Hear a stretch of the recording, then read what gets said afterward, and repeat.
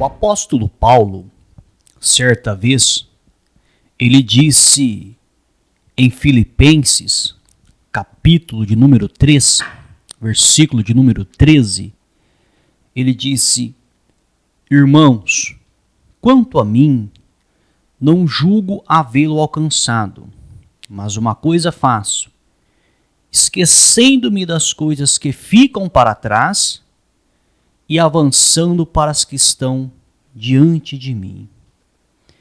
Então, olha algo interessante que o apóstolo Paulo disse aos filipenses. Ele diz, olha, eu esqueço das coisas que ficam para trás. Eu esqueço. E eu avanço para as coisas que estão adiante de mim. O que o apóstolo Paulo estava dizendo? Ele estava dizendo que ele não ficava se apegando nas coisas ruins que sucederam na vida dele. Nós vamos ver que a vida do apóstolo Paulo, a maioria dos cristãos não suportaria a vida dele. Não suportaria. Se nós pegarmos o que o apóstolo Paulo passou na sua jornada terrena aqui nessa terra, depois que ele se converteu ao cristianismo, a maioria dos cristãos não suportaria. Nós não suportaríamos. E nós vemos o apóstolo Paulo dando a receita do que ele fazia. Ele dizia, olha, eu esqueço as coisas que eu vou largando para trás. Eu vou largando para trás. Então, tudo que sucedia na vida do apóstolo Paulo, que era ruim, ele deixava para trás. Ele não se apegava naquilo. Ele olhava para frente, para o alvo, que era Cristo. Se ele fosse olhar para trás, se ele fosse ficar se lamentando as injustiças que ele sofreu, olha, as calúnias, as defamações, as perseguições, ele iria afundar. Assim como Pedro, naquele dia que olhou para o lado para ver o vento forte, a tempestade afundou, Paulo também iria afundar, mas iria afundar na fé. Iria naufragar na fé. Olha que interessante. Quando, certa vez, os discípulos estavam no mar, e o mar estava à noite, não dava para ver as pessoas, porque naquela época não tinha as lanternas que tem, como nos dias de hoje, eram lamparinas. Então, quando Jesus veio andando sobre o mar, aparentemente eles pensavam que era um fantasma, preste atenção. E Jesus disse, calma, sou eu. Então Pedro disse, se é o Senhor, mande que eu vá até o Senhor. E Pedro, enquanto estava com os olhos fitos em Jesus, caminhando para frente, ele caminhou. Porém, na hora que veio o vento forte, ele tira os olhos de Jesus, o que acontece? Ele começa a ver problemas. E quando ele começa a ver problemas, ele começa a duvidar. E quando ele começou a duvidar, ele começou a afundar. Então Jesus, homem de pouca fé, por que duvidastes? Olha o exemplo. É aí que está o problema. É por isso que muitos, na sua caminhada, afundam. Porque ao invés de olhar para Jesus, olha para o problema. Assim o apóstolo Paulo dizia, olha, Em Filipenses capítulo 3, versículo 13, ele diz, olha, eu esqueço das coisas que ficam para trás, esquecendo-me das coisas que ficam para trás. E não existe uma fórmula que apague, que delete da mente. Ele não tinha Alzheimer, o apóstolo Paulo. E ele não tinha uma fórmula que ele dizia, olha, eu apago da minha mente. Obviamente ficava na mente dele. Obviamente, mas ele não ficava remoendo aquilo. Ele não ficava trazendo, alimentando aquilo, trazendo aquilo à tona. Ele não ficava. Esquecendo-me das coisas que ficam para trás, ele deixava de lado. E avançando para as que estão aonde? Adiante de mim. Ele avançava na sua vida, na sua trajetória. Ele não deixava de viver a sua vida. Ele não deixava. Quantas pessoas deixam de viver a sua vida aqui nessa terra porque um dia sofreu uma injustiça, porque um dia sofreu uma perseguição, porque um dia ela foi humilhado, ele foi humilhado. E a pessoa acaba deixando do quê? De viver a vida dela. Ela deixa de viver a vida dela, ela fica remoendo o mal que fizeram para ela, e ela só vai afundando. Ela só vai afundando. E a pessoa que fez o mal para ela está caminhando como se nada tivesse acontecido. Entenda. Como se nada tivesse acontecido. Então, quando nós olhamos para esses homens de Deus, nós vemos que eles não eram blindados, de uma certa forma, para que as pessoas não os caluniassem, não os defamassem, não perseguissem, muito pelo contrário. O próprio Jesus foi caluniado, foi defamado, foi perseguido, foi morto, crucificado. Ele disse, olha, se fizeram isso comigo, o madeiro verde, que dirá com os galhos secos? Ou seja, se eu que sou cheio do Espírito de Deus, fizeram isso comigo, que dirá com vocês, que são pecadores, que são frágeis, que são cheios de erros e defeitos? Que dirá com vocês? Se me chamaram eu de Beelzebu, se me chamaram de endemoniado, quanto mais vocês, meus seguidores, vão chamar de coisa pior. Olha aí o que Jesus disse. Então, não foi nenhum ser humano qualquer que disse isso. Foi o próprio Deus em forma de filho que disse, olha, se fizeram isso comigo, vão fazer pior com vocês. Se me chamaram de endemoniado, vão chamar vocês de coisa pior.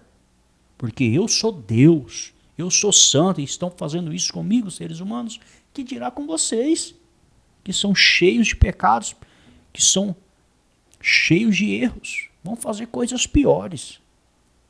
Então entenda, a pessoa quando ela assume a posição, ela assume ser um homem de Deus, uma mulher de Deus, ela tem que entender que ela compra guerra com o inferno inteiro. Entenda, a pessoa que assume o cristianismo, não estou falando de igreja não, hein? Porque nos dias de hoje é mais fácil você ter aliança com Deus dentro da sua casa do que dentro de igreja. Porque, diga-se de passagem, a grande maioria vai levar você para o inferno, para os braços de Satanás, a grande maioria das igrejas, com os ensinamentos distorcidos que eles dão. Mas o foco aqui não é esse. O foco aqui é o seguinte, quando o homem ou a mulher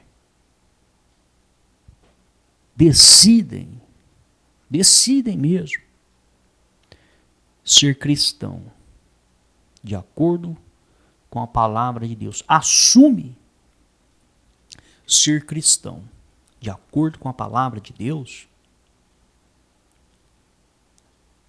é comprada uma guerra que aos olhos físicos nós não vemos. É comprada uma guerra com o inferno inteiro. Não fique você pensando que vai ser fácil, não. Porque quando uma pessoa assume ser homem de Deus e mulher de Deus nessa terra, quando ela assume Jesus Cristo como único e suficiente Salvador, ela vai comprar guerra com o inferno inteiro. Inferno inteiros. Então, os demônios, que não são poucos, 1/3 dos anjos se transformaram em demônios. Não são poucos. Eles vão tentar contra a vida da pessoa de inúmeras formas. Inúmeras formas. Ele vai usar outros seres humanos para caluniar, para defamar, para perseguir. Ele vai usar meios. Ele vai jogar iscas no caminho da pessoa para a pessoa se desviar.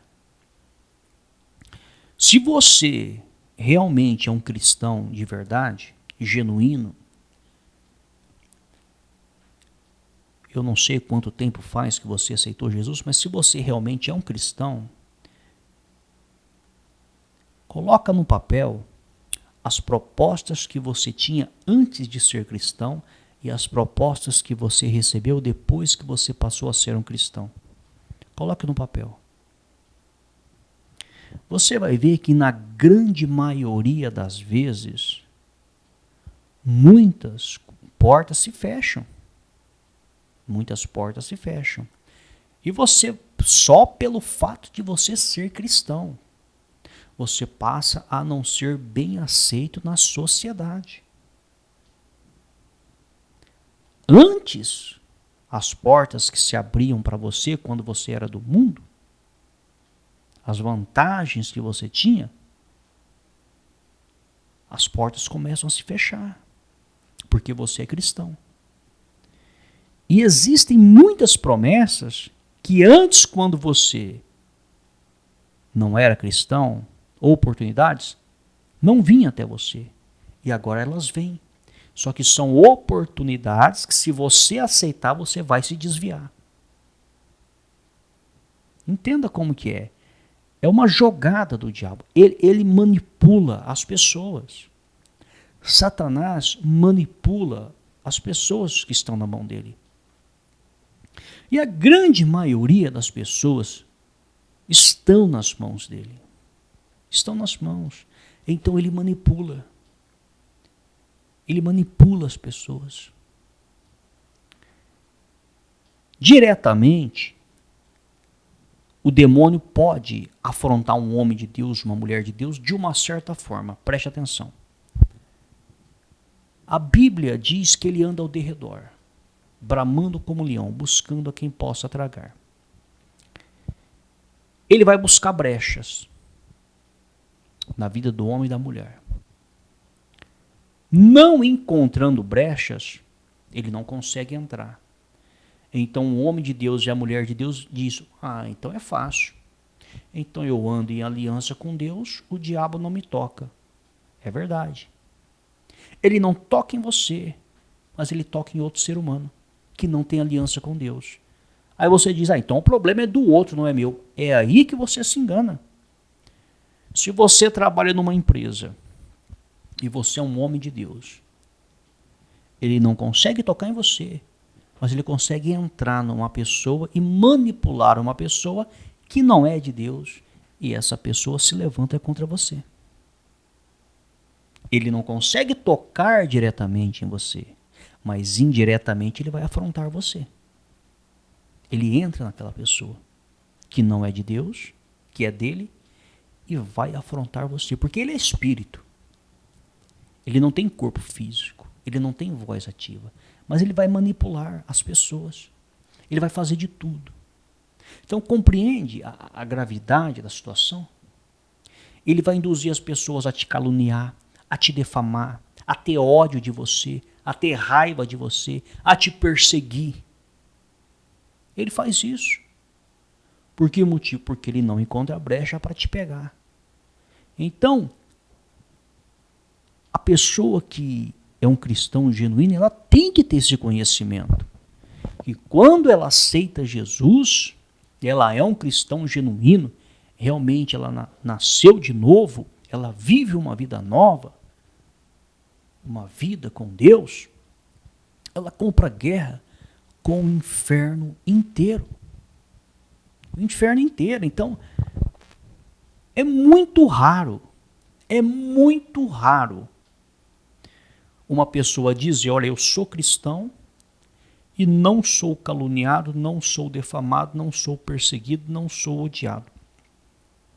Porque se ela disser isso, que ela é um cristão e ela não passa por isso, então tem que se avaliar o cristianismo dela, se está correto, se está errado, porque a palavra diz que nesse mundo sereis odiados de todos por causa do nome de Jesus. Então, quando é um cristão genuíno, ele é odiado. O cristão genuíno não é amado. Então, entenda. As pessoas dizem, mas Jesus é amor. Ok, Jesus é amor, mas o diabo é ódio, Satanás é ódio. Então, só vai ter amor a pessoa que é de Deus. Então, a pessoa que é de Deus, ela vai ter amor. A pessoa que é de Deus, ela tem amor tanto pelo ímpio quanto pelo justo.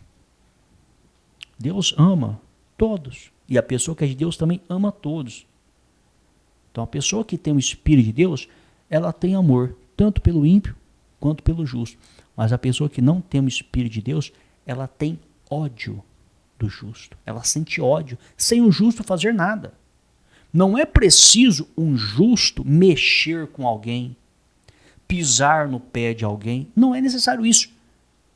O ódio vem porque o espírito que está no justo é luz. E o espírito que está no ímpio é trevas. E a luz e as trevas não combinam. A luz dissipa as trevas.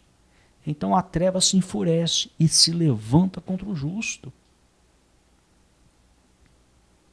E muitos homens de Deus e mulheres de Deus que não têm esse conhecimento, fica sem entender o que está acontecendo e diz, mas como que pode aquela pessoa me odiar tanto se eu não fiz nenhum mal para ela?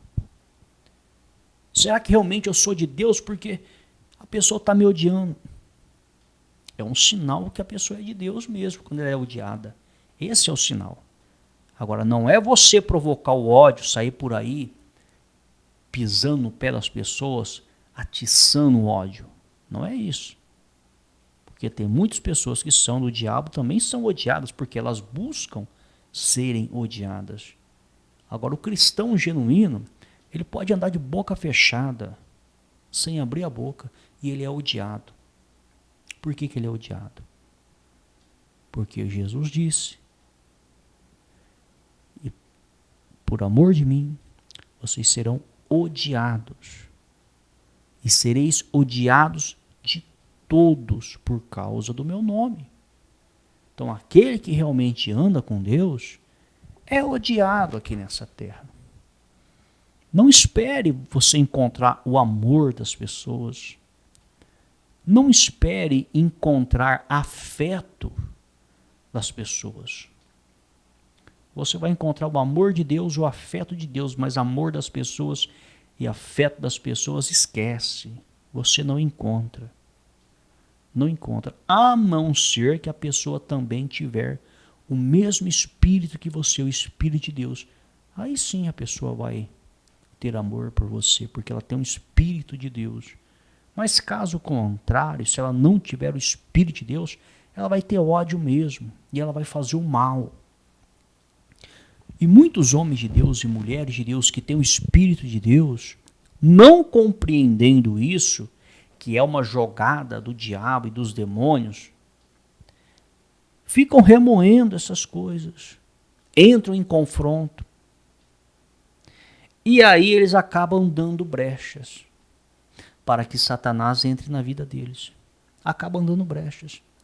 Você pode ver, faça um teste, talvez você é um cristão, e você não está tendo problemas com pessoas em sua volta.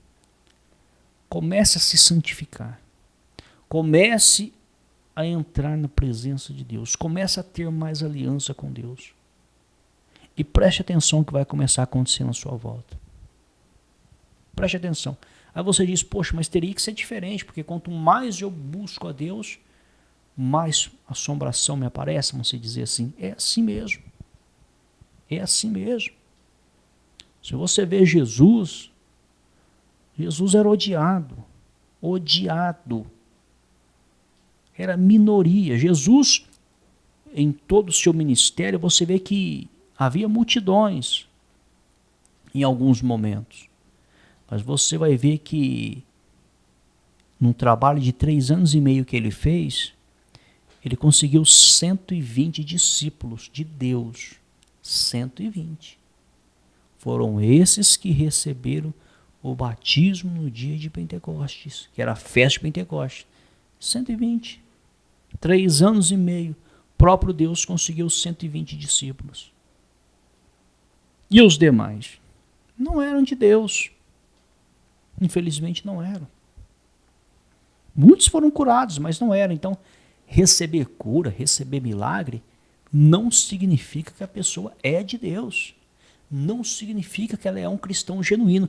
E pode ser que um cristão genuíno não receba cura e nem milagre. Pode ser. Ah, mas como assim uma pessoa que não é de Deus recebe uma cura e a pessoa que é de Deus não recebe a cura? Que coisa é essa? Olha a palavra de Deus. Nós vemos Timóteo, um homem de Deus, e não recebeu uma cura de uma enfermidade que ele tinha no estômago. Ele tinha que tomar um vinho misturado com água para combater as bactérias que ele tinha no estômago. Não recebeu a cura.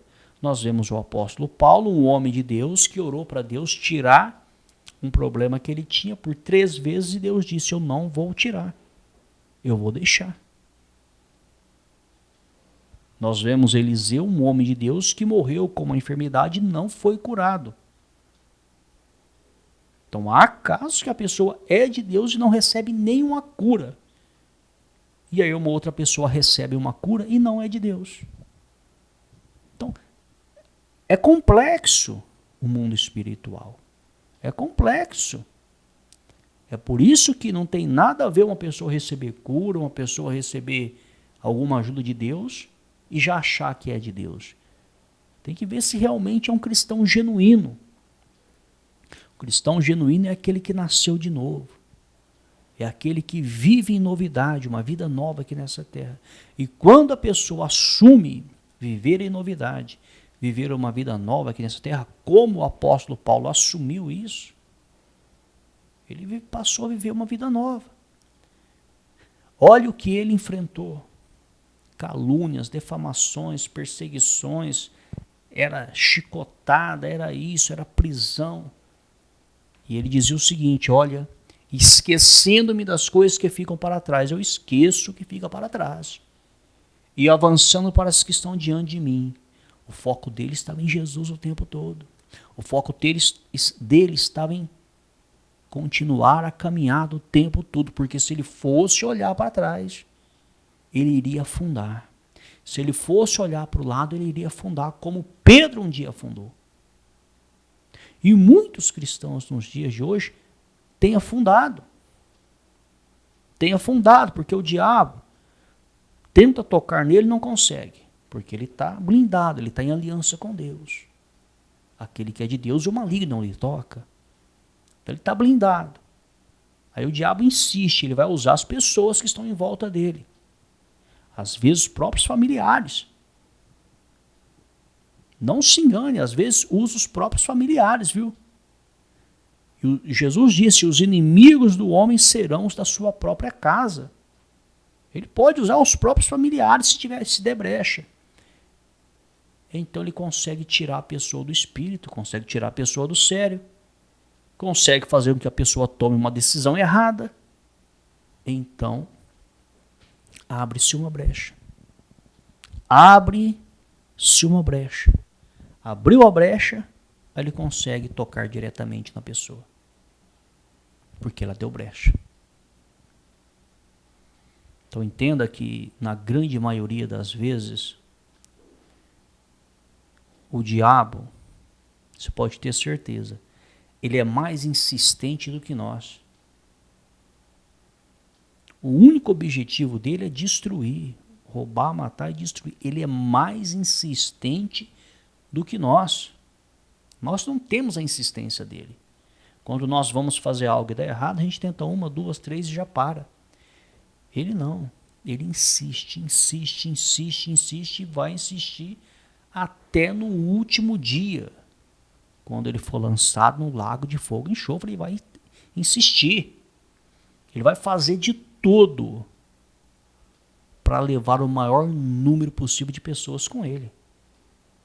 Ele é insistente, ele não desiste. Eu costumo dizer que o diabo, ele é brasileiro, ele não desiste nunca, porque dizem que os brasileiros não desistem nunca, tem esse espírito, mas o diabo tem muito mais esse espírito que os próprios brasileiros, viu? Ele não desiste nunca. Se você pegar os textos sagrados e ler, ele já está condenado. Ele já está condenado. A sentença dele já foi dada, não tem mais perdão para ele, não tem mais jeito para ele. O lago de fogo e enxofre o espera por toda a eternidade, junto com a besta, o falso profeta, o anticristo, junto com os ímpios. Ele sabe disso.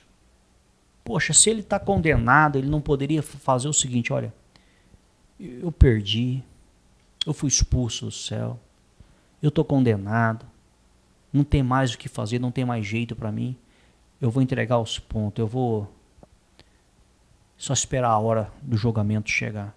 Ele poderia fazer isso, porque ele está condenado. Mas ele luta todos os dias, 24 horas por dia, para destruir vidas. Ele não para, não para. Então você vê a pessoa, o ser, ele não é uma pessoa, é um espírito, é um ser. O ser está condenado. E mesmo assim ele luta para destruir o maior número de pessoas possíveis. Ele não desiste. Não desiste. Então entenda, a nossa luta não é contra a carne e o sangue, mas sim contra principados e potestades. Quando assumimos Jesus Cristo, quando nos tornamos um cristão genuíno, compramos guerra com o inferno inteiro. Compramos guerra com todo o inferno. E se não tivermos esse conhecimento e essa noção do que nos espera, que ele vai vir para cima e não vai ficar de graça, nós vamos fazer igual Pedro. Nós vamos olhar para o problema. Nós vamos afundar. Então nós temos que fazer o quê? Como o apóstolo Paulo, esquecendo-me das coisas que ficam para trás. Esquece. Entrega nas mãos de Deus. E avançando para as que estão adiante de mim. Avance com os olhos fitos em Jesus, caminhando para frente. Então, essa é a palavra de Deus. Essa é a mensagem que sirva para que possamos nos despertar para o Evangelho cada vez mais.